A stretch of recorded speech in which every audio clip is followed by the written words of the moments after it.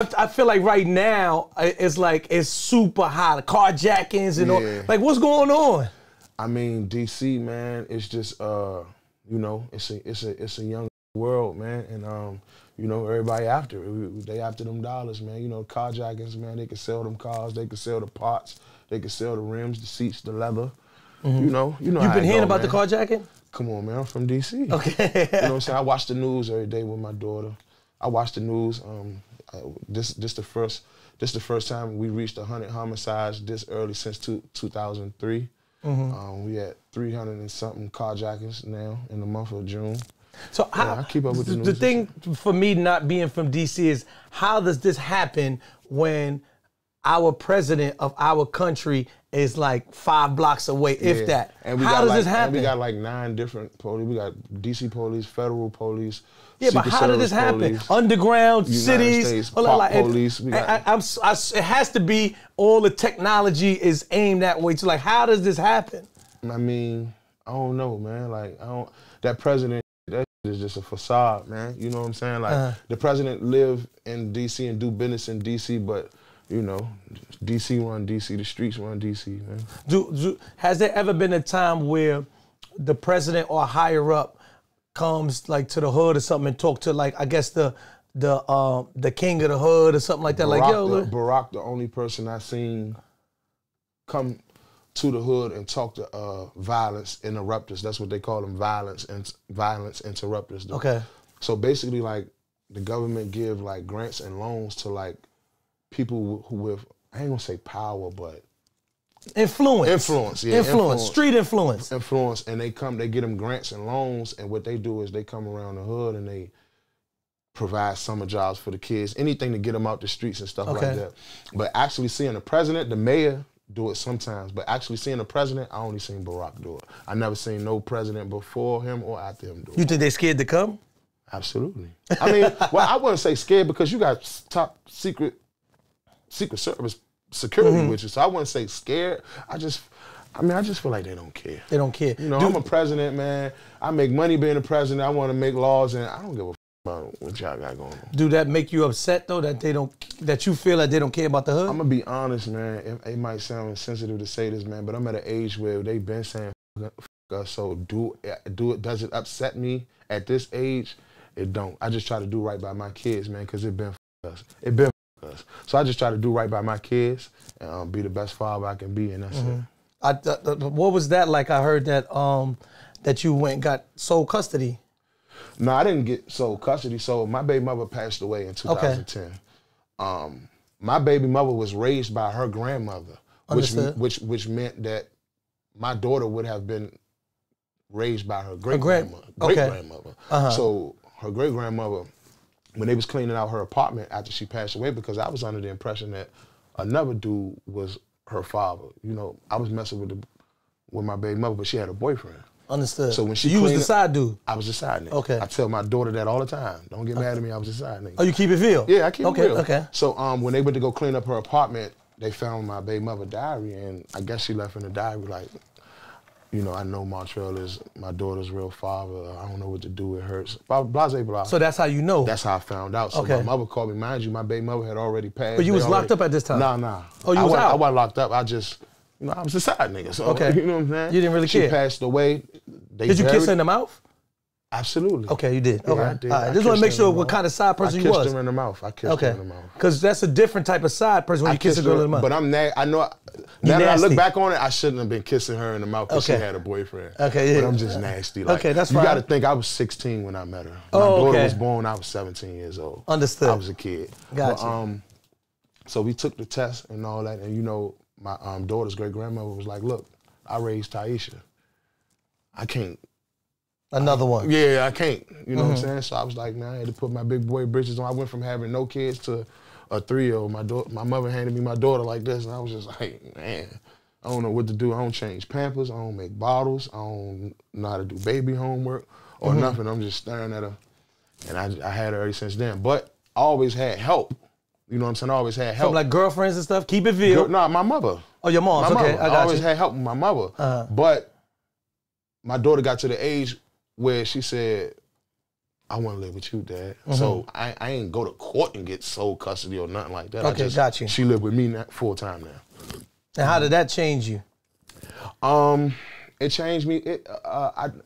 I didn't necessarily want to bring a lot of females around her, so that made So you put her to sleep first and sneak them in, or you go to a hotel? I go to a hotel. Got you. Okay. I go to a hotel, but I watch my mouth. I'm just trying to learn, because just in case when I I try to watch my mouth a little bit more when I'm in the house, around the house and stuff like that. And but other than that, I'm gonna be me. I'm gonna be me. My daughter loved me to death, so I'm gonna really be me. But I did change and mature as a father, though. Okay, all right, that's what's up. So now you get locked up. I'm guessing you did it. Yeah, I did it. I was felon in possession of a firearm by a felon. Yeah. Okay, so you did it. Yeah. Okay. Being locked up, a lot of times I do ask this, but I want to stress this to people that have people that's locked up. What are some things that a person can do from the outside to make that person inside have a better bid? Keep at least $30 on your phone so I could call you. Set visits, come to the What you mean by keep? So I don't know what $30 on the phone mean. And I mean, somebody other like, people. Sometimes you gotta break it down. If I call you twice a day, I just want to call you like twice a day. Say you my homie. So I have to call like a company to put money on my phone? Nah, I'm gonna call you. When I call you, it's gonna give you the option to set up the payment right then and there. Got you. Or with your card or something. And you can say, look, I want to put. They're gonna tell you select the number you want to put in, $25, $30, $50. So usually all my homies, I have my homies and my bitches put $50 on there a month. Cause I barely call. Well, that was when you was. Cause you don't got a lot of bitches now. You only got one. Nah, I'm back. I'm back in the streets. Okay. I'm back in the street. Okay, cool. Yeah, I'm back in the street. It ain't last. It ain't last. I'm back in the street. Okay. Yeah, I'm back in the street. Oh, you overall with it. I'm back in the street. I'm back in the street. Shout out to the streets. The streets welcome me back with open arms. I'm back in the streets, man. Yeah, so I tried. Okay, all right. And that's all. I tried. Okay. I tried the faithful thing. I tried to come in the house every night. I tried to come in the house early. I tried to not go out to the crowd. I tried. It didn't work. And the girl didn't appreciate it. She ain't appreciate it. Exactly. Your girls don't appreciate it. She wanted to be my P.O. more than my... Yeah, like what's going on? Yeah. Let a person breathe. Share my location, come in the house at a certain time. What type of stuff is that? Yeah, like P.O. shit, P.O. vibe. Yeah, come on. I already got one P.O. You talking about two P.O. Yeah, I got two P.O.s, so you trying to make me three. Yeah, third, right? Yeah, fuck up out of here. Yeah. Skedaddle. Yeah. So I ain't gonna disrespect her, but you know. No, I ain't say disrespect, but I'm just saying, like, you know, sit down for a second. It ain't work. Yeah, it's all right. You know, I gave it a try. I gave it a try, though. I gave it my best. I gave it my best. I never got, this is the first relationship where I technically never got caught cheating. No evidence. I did my best. I did my best. Yeah. I did my best. No evidence. Yeah. I spent some money for no evidence, too. Yeah.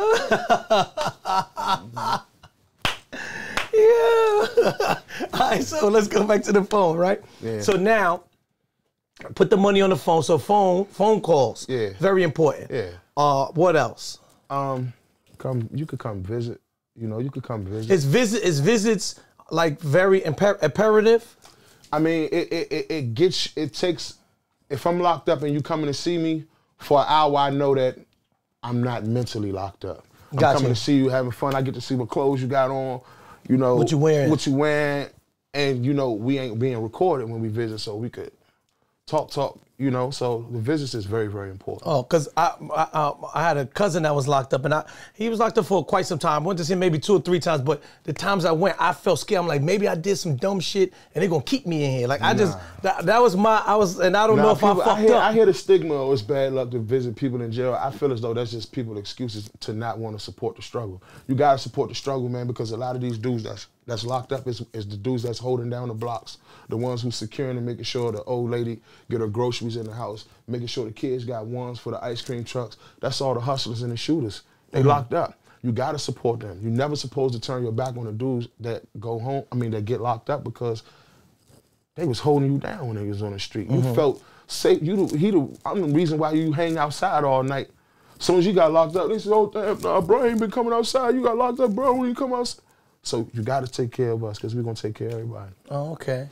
So those are the visits, phone calls. Yeah, I mean, yeah, and you know, if we doing some side, if we still hustling, You could take care of that. You could take care of that, but it take a certain type of caliber to Nah, you don't hustle. We in jail. We learn. We reform. You in jail. We reform. Man, you learned your lesson. In jail, man. We hustling like a motherfucker in jail. Allegedly. Man, we hustling in jail, man. Everything, the price triple when it come in, man. We hustling like a motherfucker, man. You shitting me? We hustling like a motherfucker. You shitting me and kidding me? You shitting me or are you kidding me? We hustling in prison, man. For real, man. Oh, my God. Is there anything that you learned in jail is like, oh, shit? Yeah, so when I found out that I wasn't going to get off with a slap on the wrist, I kept hearing the old head dudes like, Trel, who your lawyer? I said, my lawyer, man, I got Glenn Ivey, Tom Mooney, Macon Shrafkin. I got the best three lawyers. They was like, okay. So is you helping them or you letting them fight? I said, no, I'm going to let them fight. Old head dude said, why, man? Why don't you help them fight your case? Like, help them fight. Like, I know. I said, man, I paid them. You won't believe what I paid. It don't matter, Trel. Help them fight. So I started going to the law library. So when people ask me what I learned in prison, I learned law. Gotcha. Like I learned that the charges that I pleaded guilty for, if I would have fought, I probably could have beat them because they illegally, everything the police did was illegal. Understood. But if you don't know your rights, you can't tell them, hey, man, you can't do this. Nah, you only supposed to ask me for this. That's Section Code, Penal Code 1-72 say you can't do that. So I learned that type of shit. You know. But you learned too late. Yeah, definitely too late. But I mean, technically, is it too late? Nah, because I still got life to live. I'm still out here. That's a good outlook too on stuff. So how is your outlook now? Because I speak to a couple of people, my partners from DC, and they tell me, nah, Trel, he cool now. Like he ain't, like they told me at one time, right? And I think this is your partner that passed away, Busa. Yeah. And they told me that you just wilding, like, yo, when I come home, the murder game down flat. Yeah. You know what I'm saying? I ain't say it like that, but everybody told me that. Don't do that. I ain't say it like that. Don't do. You tell me everybody hustling. Now you talk about you ain't. But come on. I ain't say when I come home I'm laying the murder game. Okay, down. okay, all right, my bad. Okay, all right. I didn't say that. I just said when I come home, I need answers. I need answers. Got you. Okay, understood. But yeah, I definitely calmed down, man, because I got a lot of home. Well, first of all, they tried to. I did 4 years for a gun, but the government tried to get me on something else. You know what I'm saying? So that's first of all. So, and then just realizing, man, my homie caught 39 years. My other homie got 88. My other homie got double life, and my other homie got life plus 20. So I'm like, I'm looking at I'm doing my 4-year bid. Like, all right, cool, I'm bidding, but I got a release date. But my son got 39 years. So. Trel, is this what you want to do for 39 years? You know what I'm saying? Like, do you want to be fighting triple murders, 4 homicides, 5 homicides like the rest of my home? Like, what you want to do? Like, you got a gift, you can rap. If you don't want to rap, manage, produce, interview, you know what I'm saying? Do a gift. So I just got to mature, man, and wisen up and realize my blessing, man. And, what the government was trying to do was a very big eye-opener because they was trying to lock me away for a long time. So for false allegations, of course. So the jail is what changed your outlook. The government is what changed my outlook. Because if you see the way we living in jail, the jail don't change.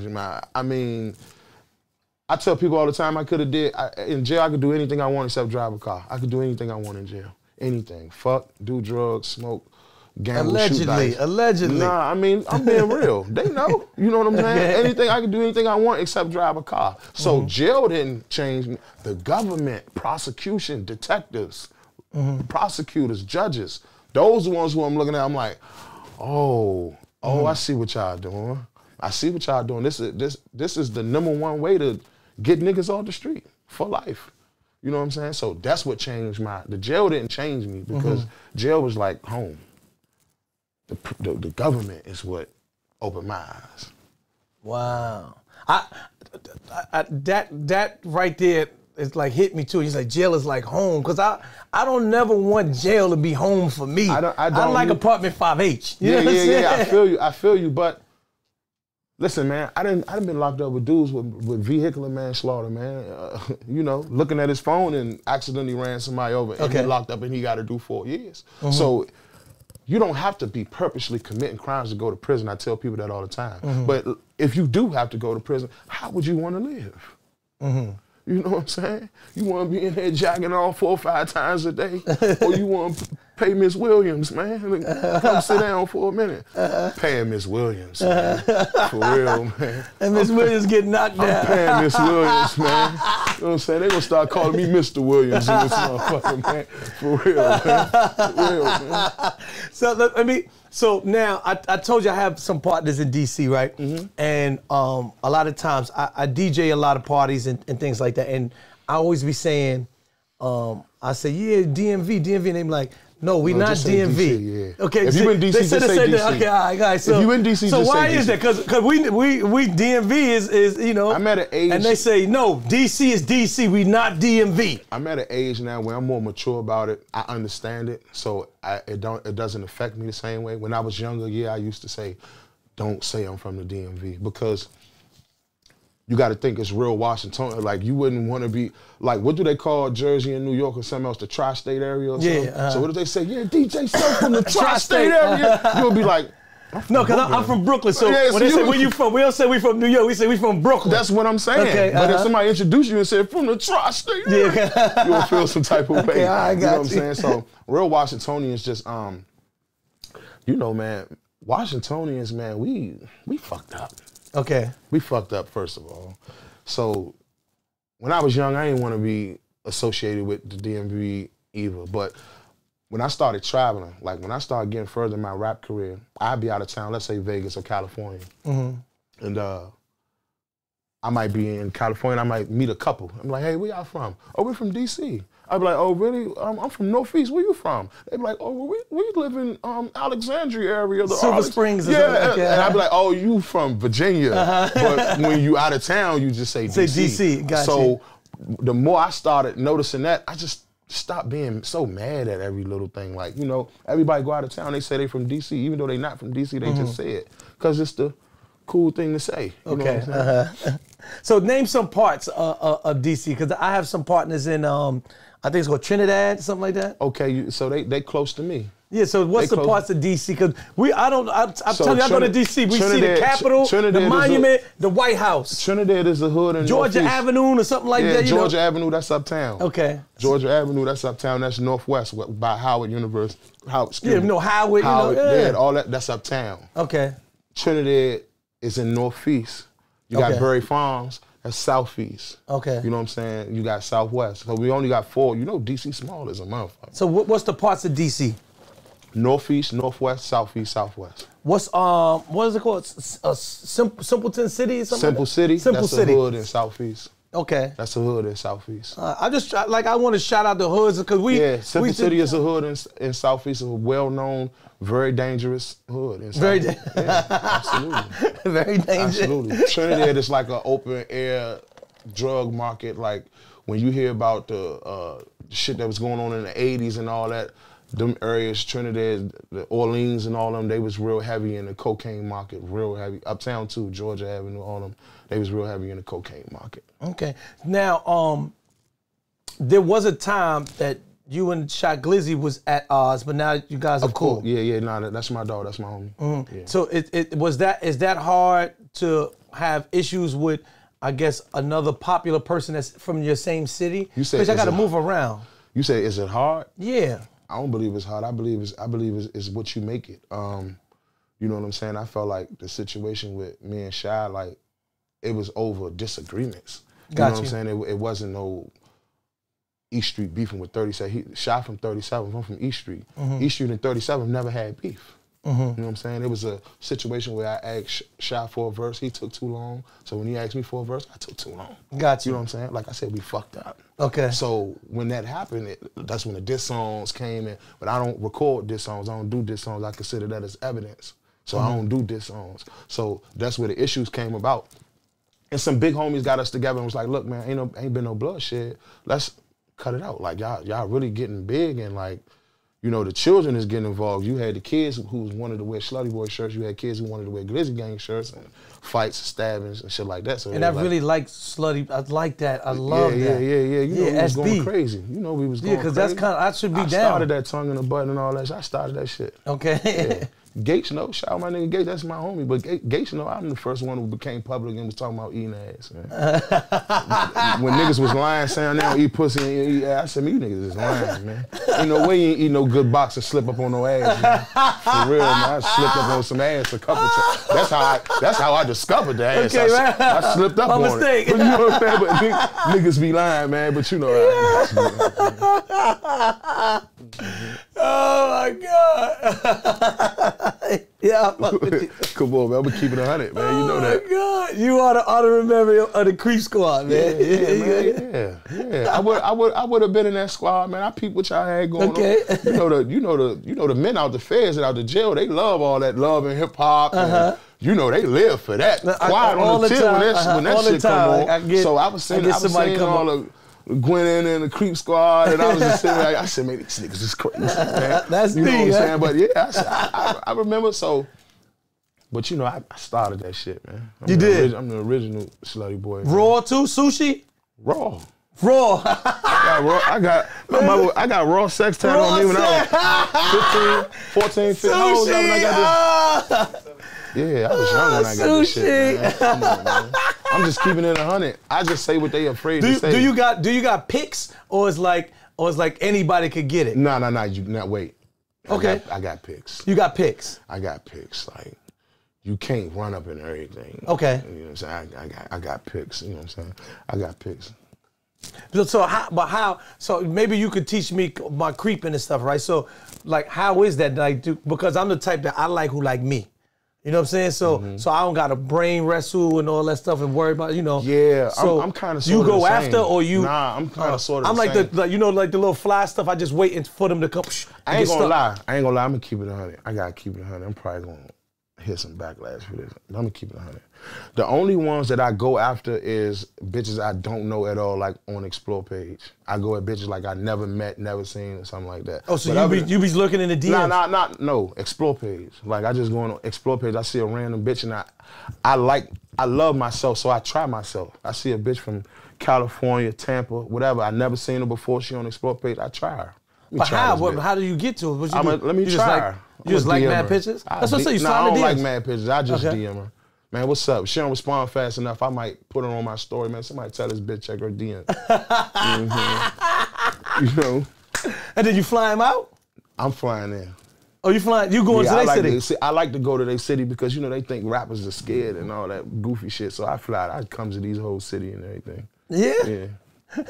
I come to these whole city. Because I got niggas in every city and every state, so... Okay. You know, I couldn't wait to pull up on a bitch in Chicago. Cause they kept saying rappers don't come to Chicago. Man, watch when I get my first bitch in Chicago. What I do. Went over that bitch, nigga. I mean, this bitch eating eggs, sausages, bacon, and everything. And man, my homies called me like, man, you know, we don't really lay up in Chicago. I'm like, yeah, I'm eating breakfast. Give me 10 minutes. Okay. And the West Side?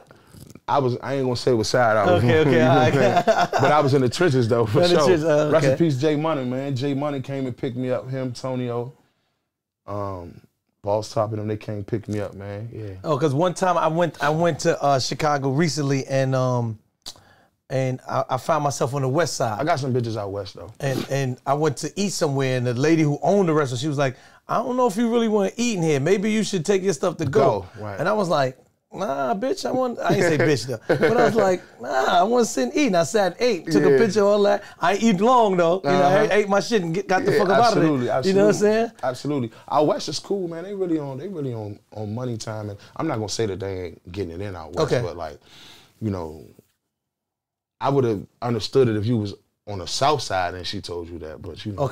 Not to say, no disrespect to the west side of Chicago at all. I got some good four corner homies from the west side. Shout out Man, Free Man. Man about to come home this year. I got some good homies from out west. Adams and Keeler, them niggas, they get money. Okay. And they lay their shit down. So okay, so let's talk about Fat Trel, the rapper, the artist. Of course, let's do the it. artist. We here to promote. Sometimes people forget I'm a rapper, man. I'm that excited, man. Sometimes people forget I'm a rapper, man. You know what I'm saying? The artist. So this new project you got out. Nightmare on East Street 2. So I'm liking the joint with Big Boogie that you got. Oh man, that's my homie. Shout out Boogie. Boogie actually came to my apartment. Actually, Boogie was the first person to come to my apartment. Oh, okay. He was the first person to come to my apartment. That's dope. So shout out to Boogie. How did you even connect with him?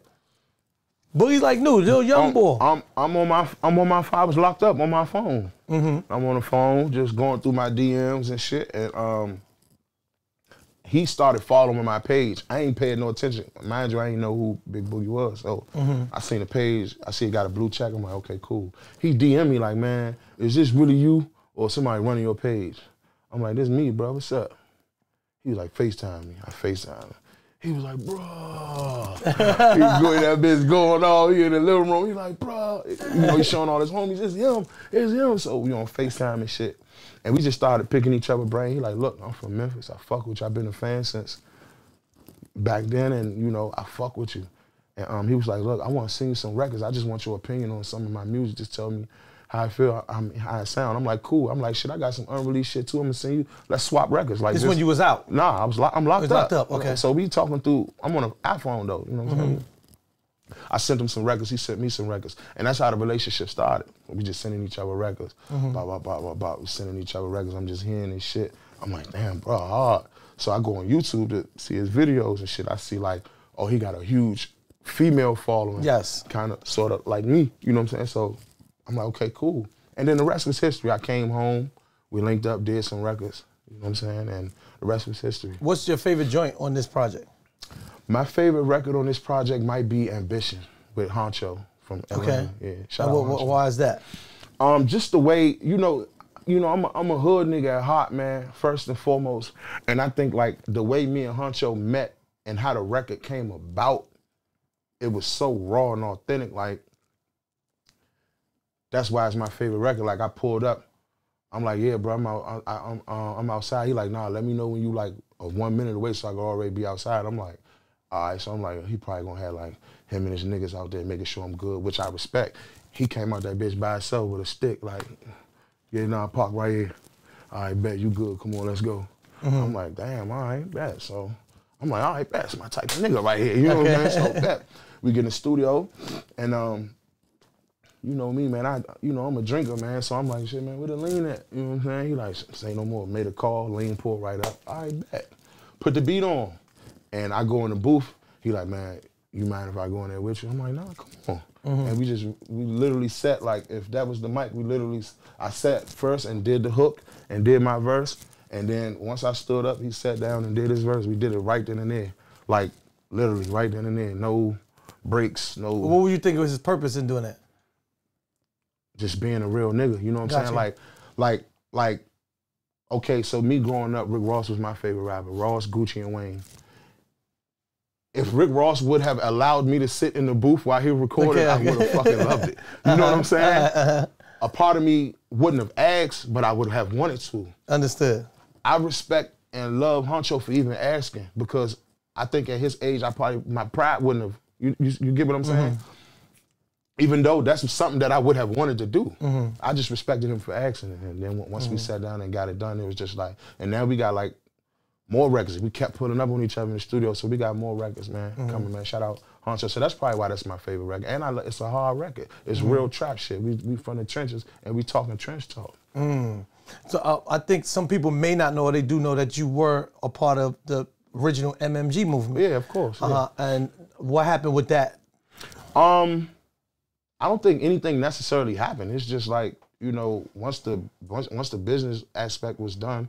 How did that get done? Because a lot of times you hear artists complain about they stuck in contracts and different things like that. So how did that get done? Nah, it was never a situation where I was stuck, first of all. So it was just like, you know, once I signed, man, Ross told me some things on some street shit that I really want to save like later on in my career, like, cause I don't want to make him seem like a wild nigga as far as business wise. Got you. You get what I'm saying? But like,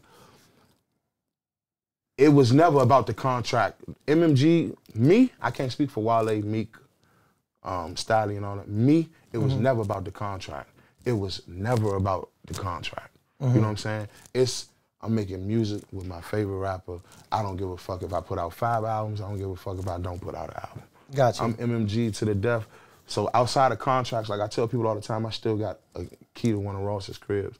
Like, I'm MMG to the death. You know what I'm saying? It was never about the contract, because once I got signed to MMG, I was meeting with a bunch of people from Atlantic Records anyway. You know what I'm saying? Like, nobody on the MMG side was making decisions anyway. So I was like, you know, it was kind of weird, but I'm new to the industry. So I'm like, I ain't know that Atlantic make decisions for, I don't know all that. So, but that's still my homie to this day, man. Shout out Rose. I just left Rose. Shout out Rose. How did that make you feel when him and Meek was like, and even, you know, Ross and Meek was like combating? Did you feel like a way, like, damn, that's my partners arguing? Did you understand?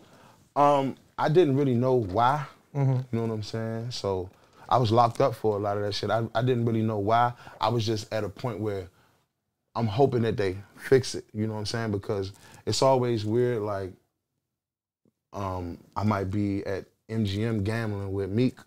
You know what I'm saying? Or let's say if they were still having issues, I might be at MGM gambling with Meek one day, and then next week I might be going fishing with Ross. And you never want to be in the middle with something like that. So I came from a point where I just hope they fixed it. When they fixed it, I was happy. And you know, yeah. Did Ross give you blessings for this new project? Blessings as far as what? Meaning, like, sometimes, you know, if you were signed to a person and, you know, Ross then gave me blessings to work freely. You know, Rose about his money, so he told me, get your money. You know how Rose, dog, get your money. So I'm gonna go get the money, you know what I'm saying? But it wasn't never a blessing thing, like, you know, that's my dog, man. You know what I'm saying? Like, he always wanted to see me grow and prosper, you know what I'm saying? Because he know where I'm from. He know the area where I'm from. He know what I'm about. He know what I'm on and all that. So he want to see me live and prosper and raise my children, which I respect. At first I didn't get it, but now I understand. How's your relationship with Wale now? Because you and Wale was like... That's my brother. Yeah, like, you know. That's my brother. You used to live together or something like that, right, too, right? Yeah. Okay, When I first started rapping, I used to... Because it seemed like... to stay with him as much as if you look at both of you guys, it looked like it's like yin and yang. Yeah. Opposite. Yeah, that's what everybody say. But you don't know Wale, man. That's why I be telling people, like, I love Wale to death. I love the music he make, the records he make and all that. But you gotta know Wale, man. Like, and I tell people that all the time, and some people say, oh man, he be bragging about Wale. I'm just saying, it fucked me up too when I met the real Wale. It fucked me up, man. When I met the real, all that lotus flower. You know what I'm saying? When you meet the real Wale, it's like, oh, okay. So, you know what I'm saying? Like, that's my brother though. Wale, that's my brother. Okay. What could you have changed the whole MMG movement to make it better if you could, thinking at this point? I would have been pressing all the artists under MMG to do more records. Together. Okay. You know, together. You know, I was young when I signed to MMG, man. I was like 22, 21, or maybe 23. So I was having a lot of fun, man. Sushiing. Sushiing. Man, I was going crazy. I was having a lot of fun. I recorded a lot. You know, I did a lot of records and all that, but I wasn't like, when Meek would come into town, instead of me like going to roll with Meek the whole entire time while he was in Miami, I just drink some lean with him and pop some pills, and he'd be like, hey, look, I'm about to go to Cali studio. You want to come? I'd be like, nah, I got some hoes down FIU. I'm about to go pull up on my FIU bitch. Go, I'm going to call you when I should have never did that. Chasing girls and chasing fun.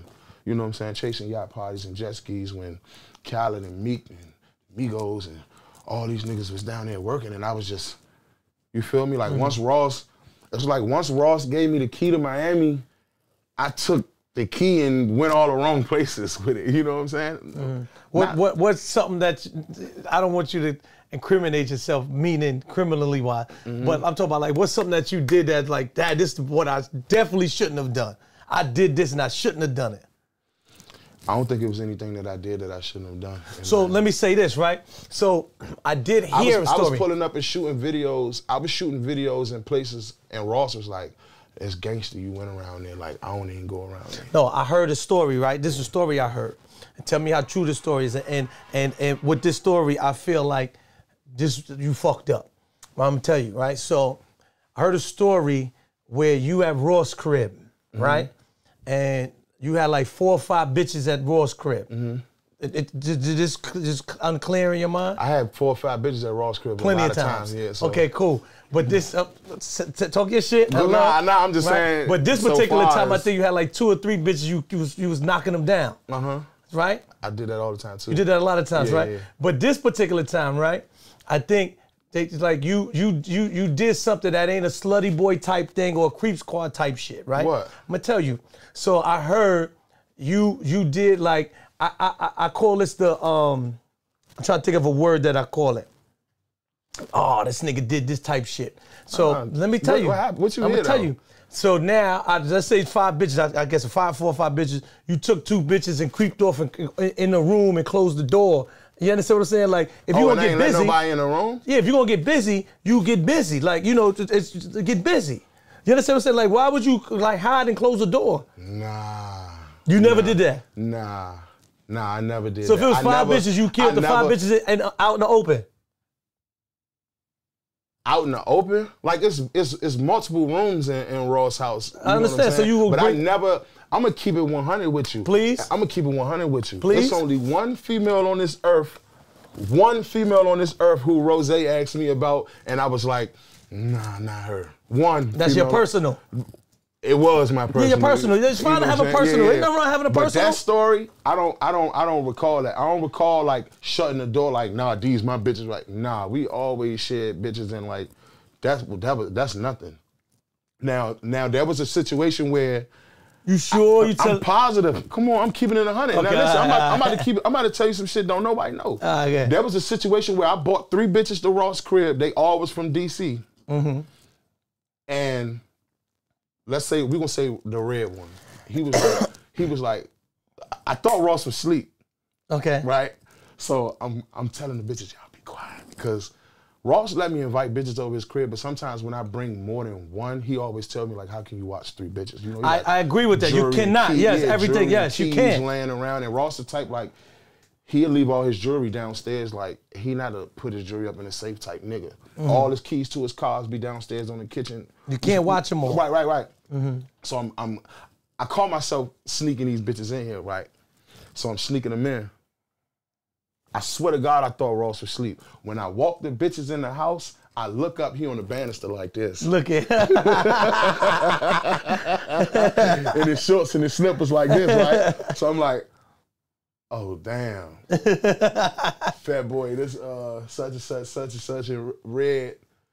Y'all, this fat boy, he like, good morning. It's like 5:30 in the morning, the sun just coming up. So he like, hey, come holler at me. I'm thinking he about to say, man, bitches gotta leave, right? He like, what's up with the red one? I'm like, I can't do the red one, bro. I can't do the red one. I can't do the red one. You know what I'm saying? Like, I got her, she got, you know, we about 4 or 5 abortions in. Like, you know what I'm saying? Like, I can't do the red one. He like, you sure you can't do the red one? I'm like, man, I can't do the red one, bro. Like, it'll make me feel some type of way if she agreed to walk in your room. I think I feel some type of way. He like, all right. So he let it slide. Boom, I wind up hitting all 3 of the bitches and shit. So a couple weeks later, I see Rick Ross, stadium, after party, stadium, DC.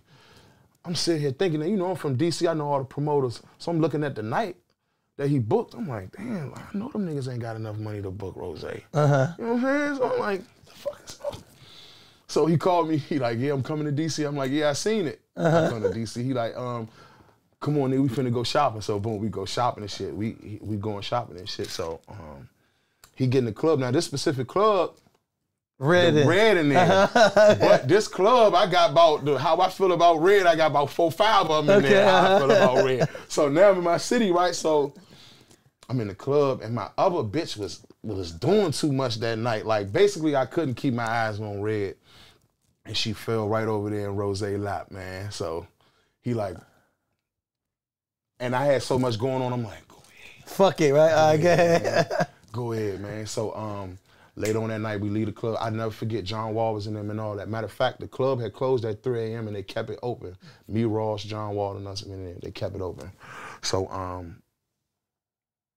I came to holler at him the next day before he got on the flight. And when I got off the elevator on his floor, Red walking out. I'm walking towards his room, Red walking out. I said, you bitch. I said, you bitch. I said, you bitch, man. So it was all love. I got him back, though. I got him back, man. Okay. I got him back, man. The get back is for real. The get back is real. I got him back in Chicago. Tell him your album. Tell him your album. On Street 2, man. It's out, man. It's everywhere, man. We in the top 25 on Apple Music too, man. You know what I'm saying? So I'm happy for that. I'm blessed at another opportunity, man, because I went to prison and, you know, a lot of people gave up on me, rightfully so, because I made bad decisions. But I'm blessed to have another opportunity, another shot at it. I'm blessed to have fans who still want to support me, man. So, you know what I'm saying? It's all love. Well, thank you for coming, man. Nah, man, thank you for having me. Coming. This was fun, Yeah, man. what's ratting up now? We should do this again. Hey, hey, look. I'm still fucking that bitch too. As you should. What's wrong? Ain't no you supposed to. She got a little boyfriend now too. Though, oh man. You supposed to, man. Such a shame you don't know what's going on. It's such a shame. Yo, Apartment 5H, man. We here. Love.